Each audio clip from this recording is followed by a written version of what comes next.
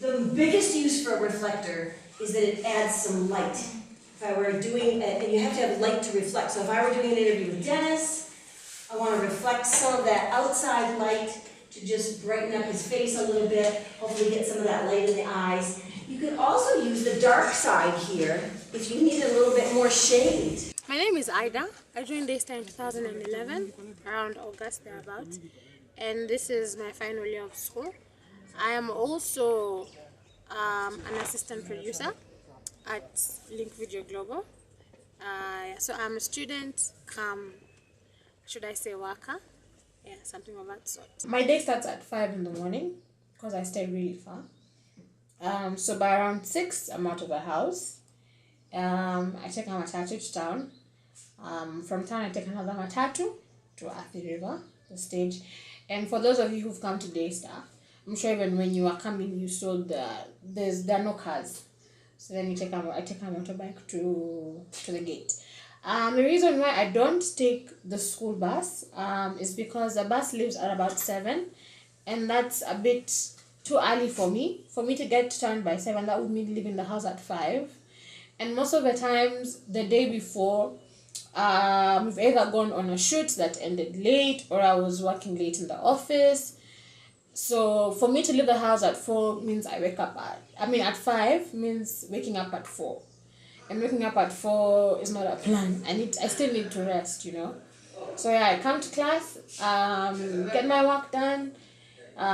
Sometimes I get sleepy, sometimes. But thank God the lecturer is really interesting. Oh my gosh, these are the most practical skills you can have for the next 2 weeks. So my attention span is always, on the upside. So after that, I leave class and go to work in the afternoon.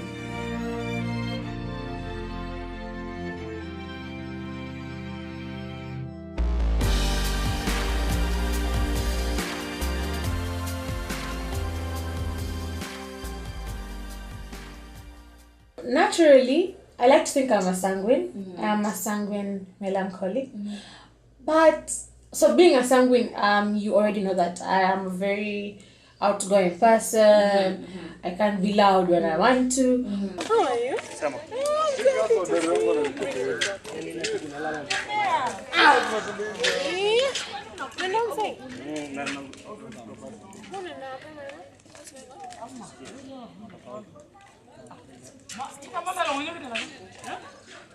But it's been a bit tricky managing my social life. Not that I don't have one. I like to think I still do, but it's not the same.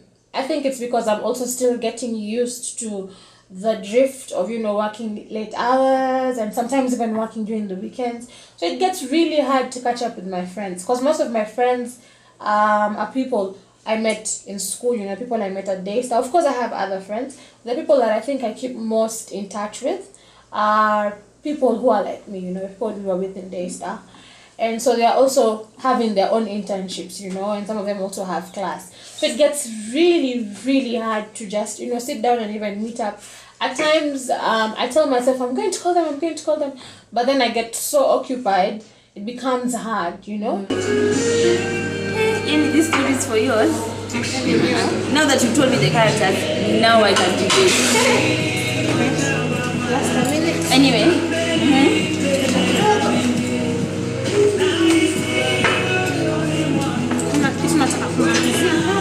Right now? Yeah. I have to finish and send it in good time. You're supposed to take a break, remember? Yeah, we'll do that later.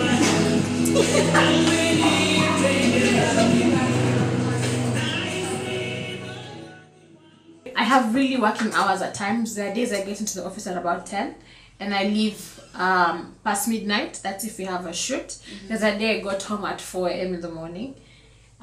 So you see with such a schedule, and I still have schoolwork to do and I still have assignments to finish, it gets a little hard. Yeah. I try to keep in touch with my family. I call my mom and my dad on a daily basis, my sister as well. My brother is in school, but I haven't seen them since the year began.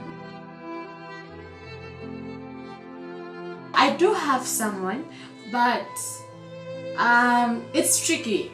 Yeah, it's tricky because when I'm free he's not, and when he's free I'm not. So we're still trying to find a way to work around that. Yeah, because my schedules are really tight. There are days we plan to meet and then a shoot comes up and I have to go. So the production field is not a joke. It can get really hectic. So sometimes I don't even think about going out and meeting friends, Although I know it's really important, but sadly it's a bit deteriorating. When you try your best but you don't succeed,